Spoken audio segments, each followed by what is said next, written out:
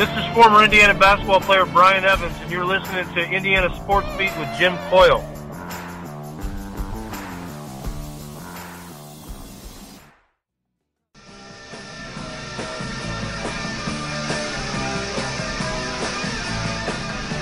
Welcome back to Indiana Sports Beat with Jim Coyle, of course, coming to you from the Golf Club at Eagle Point Studios. Hope your day is going good, but if not, we're about to make it better. One of our favorites, Jordan Hulls, former Hoosier basketball player, on with us again. Jordan, how are you, man?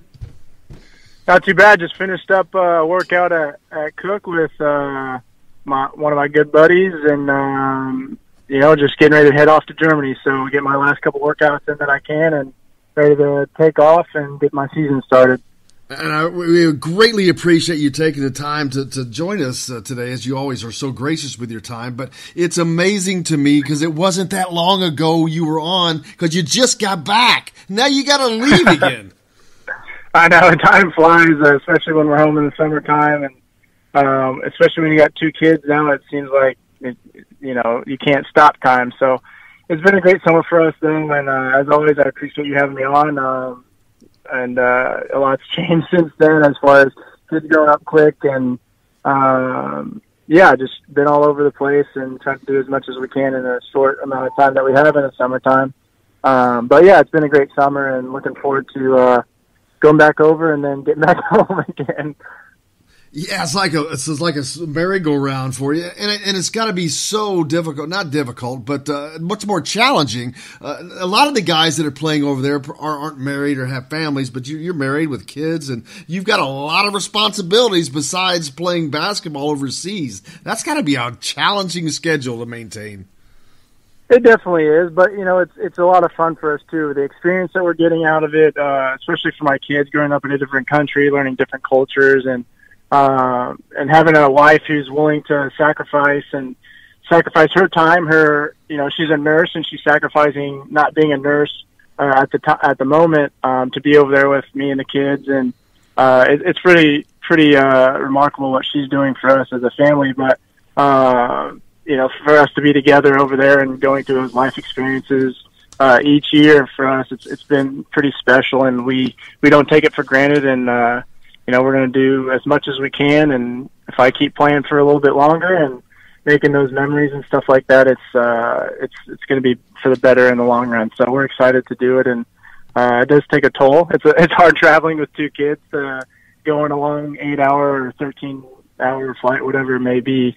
It does get a little stressful, and it's a workout for sure. But it's part of it, and we're enjoying every moment.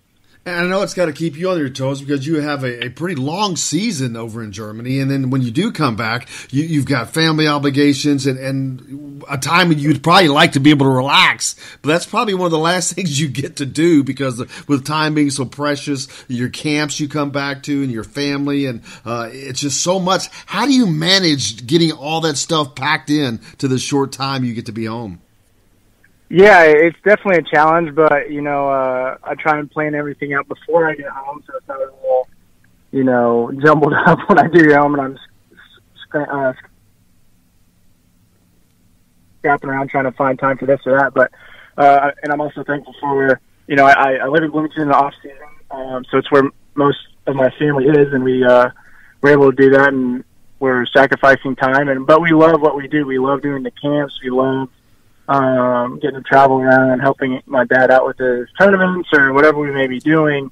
We do everything almost as a family. So even though we are busy traveling all over the place, we're usually always together. So that helps a lot. And, a lot of planning, and especially for the camp, it's a family oriented type of thing. And once we get that figured out, then I can pretty much schedule everything else out that we want to do. But now with two kids, it makes it a little bit more difficult as far as, making sure that I'm home to help my wife and not just dumping the kids on her all the time. But, we make it work. And, like I said, we have a lot of fun during the summer and wake up early, go to bed late, and try and cherish every single minute that we have here. We just saw the TBT championship finals come to a conclusion the other night, and I saw Christian Watford send out a tweet, "Hey, let's get an IU team together." And you guys had a team a few years ago, but this is one of the things that makes that difficult because you've got so little time when you come back that taking 2 weeks out or however long it is for a tournament, that's got to be just too much overload for some guys like yourself, I would think. Yeah, it does get a little tricky and tight at the end, especially because we do take one family vacation where, we go to Florida or something for a week and just completely relax right before I take off. And usually TBT is during that time. So whether I'm flying back and forth, that's what I've done in the past, actually. I flew from LA to New York. I was helping with the tournament, one of my dad's tournaments in LA. And I went from LA to New York back to LA. All within 2 days. So it is a lot of work if I do that, but it's really fun playing in the TBT, especially if we have former teammates or guys who played at IU. If we played that together, I would love to get a IU group together. It's been a little bit more difficult to get it done. We have some guys in the NBA, and timing wise, it's hard to get a lot of people on board, but it was cool when Will and Christian and we all played on the same team, and we haven't been able to do that in the last 2 years, but I would love to see that happen if we could get enough guys and not just a lot of guards playing. If we had some bigs, or if we, vice versa, you got to try and fill all the gaps. But it would be a lot of fun, and I'm sure Hoosier fans would really appreciate it, especially if they got it to, come close to home, whether that's in Indiana or somewhere in the Midwest to make it easier for travel. Yeah, we saw a couple former Hoosiers in the TBT. Mo Creek and Remy Abel did pretty well. They made it to a regional final before they were defeated there, but there were a couple Indiana guys in that. But yeah, it would be so cool because we see a lot of these teams. Well, the one that won it, or both of them that were in the finals, Marquette and OSU alums on both those teams. So people sure seem to take a lot of ownership, and Indiana just seems like a natural fit to not only have a team, but for that to be played here in Indiana. My gosh, you talk about selling some seats, that would not be a problem. Yeah, I've told them every year, I was like, I don't understand why they wouldn't want to do it from a marketing standpoint, from ticket sales to, whatever. I think it'd be a huge, huge plus for everybody involved in that. So if we could get that done, that'd be awesome. And, I think we'll try and look into that if it all works out. It'd be really cool. And now, fortunately, over in Germany, you're going to have a familiar face in the upcoming season as an old teammate, Will Sheehy, is going to join you there on your German team.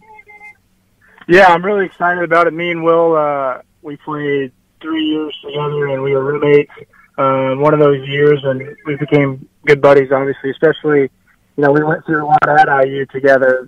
My first 2 years, his first year, when we weren't so great. You kind of form a bond, and I think that's why all of us were so close, is that we went through a lot of adversity together, and then we were able to taste some success the last 2 years of my career anyway.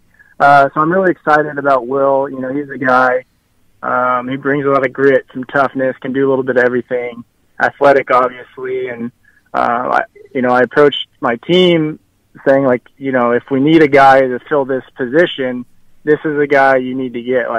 Every year I've played overseas, if a spot ever opens up that's Will's position, I always you need to get this guy. So I'm happy that the team, looked over film, obviously, and liked his game, and it fit well with what we want to do, and running and playing with smart guys and all those kind of things. So I'm ecstatic about him coming over. To have a little piece of home over there with us is always going to be great. And his wife, Nicole, and my wife met this summer, and, we're really excited to, have another couple off the court for those kind of things, because it's not just about basketball over there for us with families and stuff. So it's been really special to get that relationship started, and as far as everyone meeting and going over there and having a good time. So I think he's going to make an impact on the court for us as a team, but also off the court for us as a family. It'll be really fun. And it's like your all's games, they seem to complement each other. You're both great shooters, but different types of shooters. Right, exactly. So, Will, he's going to use his athleticism to get off, mid-range jumpers, coming off curls. But he reads the game really well, and I'd like to think of myself as someone who has to be somewhat cerebral to play the game with my height, my stats, all those kind of things. And I think, like you said, we play well off of each other. We connected a lot on, just little eye contact type of things, whether it was a backdoor play, backdoor alley-oop, just little nuances of the game that I think playing together obviously is going to help us going forward. And we're really excited about getting some backdoor dunks and those kind of things going again. So we've talked about that and worked on it. We worked out together, all that good stuff, and talked about the little things. I'm trying to get him acclimated with type of shots he'll be getting in games and those kind of things. So it was cool to be able to drill that in the summertime, because that doesn't happen too often, where you get to go and work out with a teammate that you have overseas. You know what I mean? So it's pretty cool. And you had a tremendous season last year. How are you going to top? You had a bunch of accolades, NBA. I mean, that was pretty damn successful season you had. How are you going to top that? Expectations on Jordan Hulls have got to go up. Yeah, I mean, I felt like I've gotten better every single year. I've been doing all the same things my whole career. It's just now people are noticing it, I guess. As long as I've always shot efficiently, I've shot great percentages. I've done whatever I need to do to help the team and whatever my role on the team is. So I think this year, going back to the same team, knowing how things are run and all those, I'll play with, the same amount of confidence and be very comfortable with what my role is and how I play the game, and I'll play freely. And I was talking to somebody the other day about how my perspective since having kids has really changed, and it's really helped my game from the standpoint of confidence and playing freely, and I'm not just going in the gym for 3 hours and shooting shots. If my shot feels good, I'm good. I get to go home and see my family. And I think that's been a huge thing for me to step back and realize, like, off the court things play a huge role for me as far as how I perform on the court as well. Staying healthy obviously is huge, and hopefully we make a good run in the playoffs, or to get to the playoffs in our league. And that's our goal as a team, is to be a playoff contender and make some noise in there, and that helps everybody. When you win at that level, it helps everybody for the future. Now, you're in what city are you in Germany? I'm in Würzburg, Germany, which is southern part, about 2 hours north-ish of Munich, 1 hour south of Frankfurt. It's the home of Dirk Nowitzki, so that's kind of their claim to fame. Yeah, it's a great city, not too big, not too small. My oldest son Jackson goes to school there, their little kindergarten, and then my son Leo was born there, obviously. So it's pretty special for us to. It'll have a special place. It has a special place in our hearts in that little city, because it's pretty cool for us. What's some of your favorite things about Germany? Favorite things to do? Favorite foods? I've never been a fan of German food itself, but the other stuff's okay. German food, yeah, it's funny. Like, when I come back, I realize, like, how much German influence is in Indiana and in the Midwest, especially Cincinnati. But there's lots of things over there that we like. Your German pretzels, your sauerkraut, your brats, potato salad. All that German food is great. But we really like how they take great care of your family. You're going to be getting your money on time. So for me as a player, that's huge. I've been in situations where that's not always been the case, and there's tons of horror stories out there when you talk to guys who played overseas from not getting their money and those kind of things. So with Germany, you never have to worry about that. Healthcare for the kids is great. You feel safe. You never are worried about your family going out on their own or anything like that, as opposed to some maybe other countries that you go to. But it's really cool for us to dive into that culture. Now, I just finished my third season in Germany, and this will be my fourth, and we feel comfortable with the language, and we're trying to learn more and more as parents so we can help Jackson, because Jackson's learning it and he understands it. He's not speaking it yet, but those are things that we are trying to learn, and it's helping us grow, with things off the court as well. So it's pretty special for us. I don't think Michael Lewis played overseas. I know he played some places here, but, man, he would have been a perfect person to play in Germany. He's from Jasper, Indiana. If you've ever been there, exactly. It's like being in Germany, man. Yeah.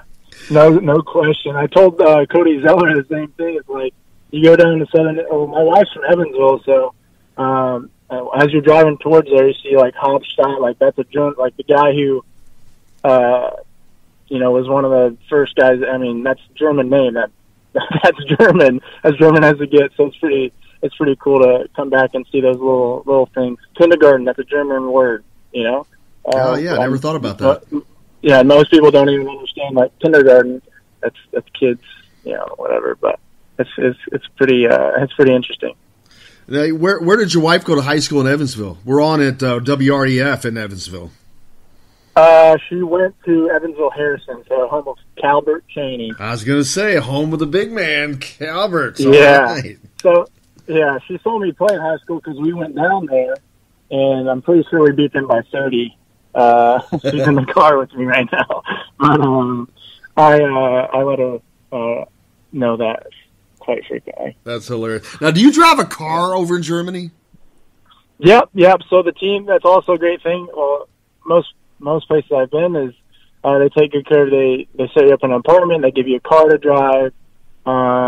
Your insurance is covered. Everything's covered. Our only expenses really are, for food and gas and anything else that we may need. But all those kind of things are great. You get to drive on the Autobahn, so no speed limit. But they're very strict on, like, everybody over there is a much better driver than the people here in the States. The cars have to meet certain requirements. Like, you can't drive some junky old car that might break down on the highway, because if you do that on the Autobahn, there's less crashes but more fatalities over there because of the speed, but it's really cool to drive on that. That's my wife maybe not so much doesn't care for it too much, but the one thing when I come back and realize, one is the stoplights are on the same side over there in Europe. So when I get home, I find myself like inching towards the intersection because I'm coming up to the light. But the other, that is a huge problem. But yeah, there's no right on red. Those kind of things that I always get honked at here when I come back to, is because I'm never turning right on red. But it's very well done over there. A lot better drivers for sure. They'll have to get some roundabouts like they're putting everywhere in Indiana right now. Oh yeah, they love the roundabouts too. And when I come back, I can't stand when people are in the left lane and they're going like the left lane, like you're supposed to be in the left lane if you're going fast. If not, then get in the right. So in Germany, if you're in the left lane, that's where the guys are going 150 miles an hour. You better get on over. You're getting like flashed, and so that's a huge pet peeve of mine when I come back home, because it's just so people are passing on the right, and then that's how wrecks happen, and it just really irks me. But I digress. Big news coming out next, of course, for Indiana basketball, Jordan, is the commitment of Anthony Leal, of course, a Bloomington South product like yourself. What's it like to see another Bloomington South kid go to Indiana? It's really cool to see. There's only been me from South, so he'll be the second from South, and then you got Jared Jeffries from North. So, I mean, that's not very many people who have gone in and had good careers at IU. So it's pretty special to see another kid from his hometown wanting to come and represent Indiana University on and off the court. Not only the university, but also representing your hometown. That's something that was really special. I know for me, when I committed, and a lot of people ask me if there was a lot of extra pressure added to it, being here, all your friends, family, whatever. I thought of it as like a huge opportunity for me to, one, play in front of my friends and family at every home game, which is something that a lot of kids don't get to do. And I embraced that. I wouldn't call it. It was a good kind of pressure. It made me very proud to be able to represent my hometown, and made me want to be a better player. And I always had that passion and drive to just, what can I get better at? What's next for me? What can I do this year to improve from the year before? And all those kind of things. So I know for me, it was really cool from that standpoint. Also, it's always nice to be able to come home and get a home cooked meal, or, have your laundry done in a timely fashion or whatever. So that was really cool. But people also thought that, if you commit to your hometown school, you really feel like you're getting the full experience and you're going to, be away from home enough, or however you want to call it. But I always felt like when I was at IU, I was at IU. I never felt like I didn't get away from home enough, or I wasn't able to grow up on my own or go through all the things that I need to learn on my own. When I was here. So that was a huge thing that I know for my sister was one of the things that she always thought about if she did. Well, she eventually came back to IU, but she committed to Bowling Green, and that was one of the things that she thought maybe she wouldn't get a away from home experience kind of thing. But for me, it was awesome, and it's also cool to have a place that your teammates who aren't from here, which is most people, obviously, they get to have a home away from home when they want a home cooked meal, or when they just need a place to maybe go spend Christmas or Thanksgiving. I don't know how the rules are now, but for me and for us, we didn't have a lot of time for those guys to go home and be with their families. So my family kind of jumped in and tried to be that for them. So that was also something off the court that a lot of people may not think about, and I don't know if Anthony's ever even thought about that, but that's something that goes a long way, makes an impact on others, and you build those lifelong friendships, and then your family's involved, and it's really cool when you have a tight knit group like that I had, and hopefully he has a similar experience. And obviously at that level, it's a lot of different things that you have to work on, and you got to get better in every aspect. He's athletic, he can do a little bit of everything, but at the next level, you got to tweak, you got to get better here, you got to handle the ball a little bit tighter, you got to use your athleticism to your advantage in certain areas, and that just comes with getting older and learning more about the game and those kind of things. So, but I am really excited to see him, and obviously one of his AAU teammates, a kid that he's close with, who will also make an impact. That's pretty special to have that, which I was fortunate. I had Bobby Capabianco. We were AAU teammates as well, and I knew a lot of the other kids because there's a lot of Indiana kids on the team at that time. So I think that'll be cool for him too. And you talk about the experience at college. I'm Todd Leary old, and I know Pat Graham. We went to St. Floyd Central High School, but back in their day, they were staying in these apartments that were they were okay, I guess. But now they got these guys in these high rises across from the stadium. It's like state of the art. Yeah, it's unbelievable. Like the rules, even since I've been there, have changed, and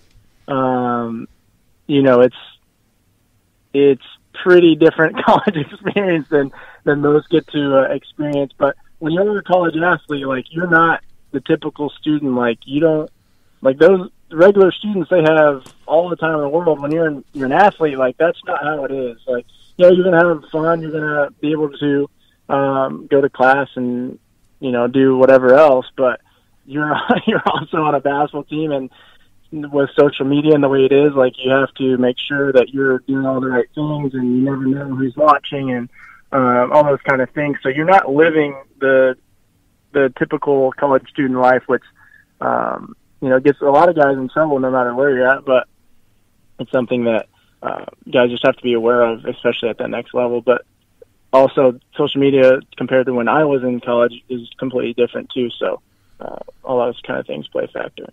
I know because of your limited schedule, being overseas most of the year, more than half the year, you don't get to see him play much. What do you know about his game? What do you think he can bring to this Indiana team that's kind of been devoid of shooting over the last couple of years?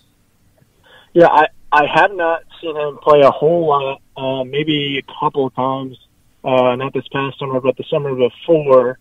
I watched him and his Indiana Elite team play out in L.A., obviously he's athletic. He can do a little bit of everything, shoot, get to the rim, uses, his natural ability to do those kind of things.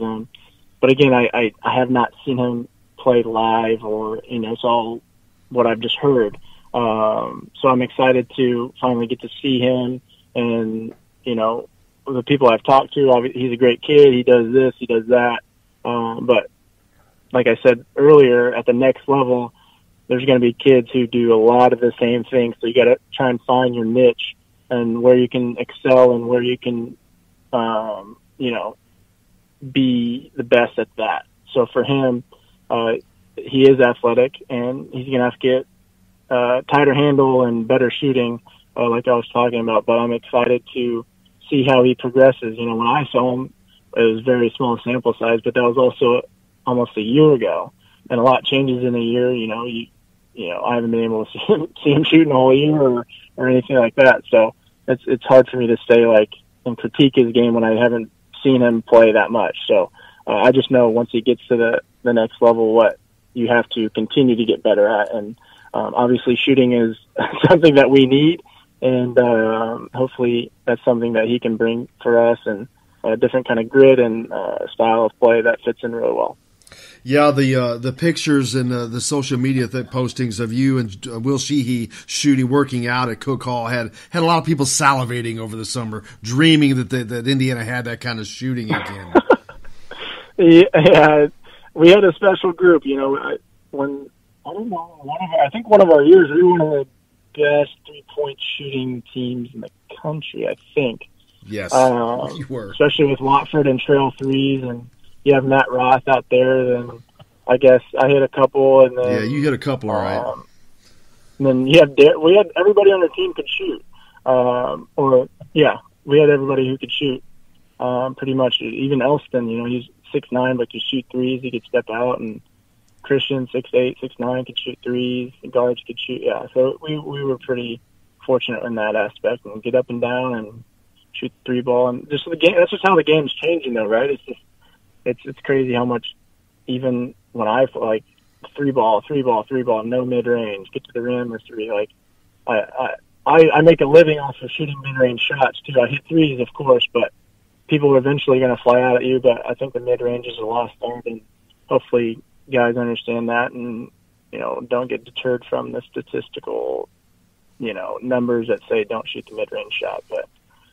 I digress. I get on rants, but so I'm excited to see how this team shoots this year, and hopefully Anthony can bring a different clip, I guess is the word for that, different clip for us. Now, we see a lot of guys come back and work out at Cook Hall, and they're in town, in and out. But being that you live here, did you work out there the whole time you've been home? Yeah, so I got injured at the end of my season. I tore my left bottom ribs out of the cartilage, so I didn't do anything for 10 weeks. So that was kind of eating at me, because I was planning on just going and doing stuff with the guys, and you know, whether it was conditioning or basketball workouts or whatever. But when I did work out, it was either at my high school or at Cook, whenever I could get in. But I try and get in there as much as possible, and especially these last 2 or 3 weeks when I've for sure gotten more cardio in and more shots up and those kind of things. So that's been huge for me to be able, and I'm thankful for the staff for letting me use the facilities whenever I need to. And obviously Elston is one of my best friends, and Johnny Jager's there now, who I've known for a while too. And they've helped me out getting me through workouts, or, you know, help me rebound, or whatever the case is. So it's been cool. Well, Jordan, I cannot thank you enough, man. We love having you on. You're one of the absolute favorites, and you're always so gracious with your time, and I cannot tell you how much we appreciate it, because I know the fans love hearing from you, and they love hearing about what's going on with you. No, I appreciate you having me on, and anytime you need me, anytime you need anything, let me know, and happy to help out. And Hoosier Nation's been good to me, so and I love every part of it. So anything I can do to help, and I love talking about it because I don't get to do it too often. So I appreciate you having me. Well, brother, we'll make sure that we keep the fans apprised on things that are going on over in Germany, and we'll follow you there and wish you the best of luck. Best of luck to your family. Have a safe trip over there, and have fun on the Autobahn, man. Well, I appreciate it. Thank you. Hey, thanks for listening to the rebroadcast from today's edition of Indiana Sports Beat with Jim Coyle, the only daily show dedicated to Indiana University athletics. You can catch us live each weekday on IndianaSportsBeat.com, TheDailyHoosier.com, GrowingTruth.com, or go to Spreaker.com for live notifications. Yeah, that's speaker with an R, SPREAKER.com. You can also catch the entire show any place you listen to a podcast, iTunes, iHeartRadio, Spotify, Google Play, etc. You can find and follow the show on Facebook or follow me on Twitter at Jim Coyle ISB for complete coverage of the Indiana Hoosiers. Thanks again. I hope you have a great day. I'm Jim Coyle, and I will see you on the radio.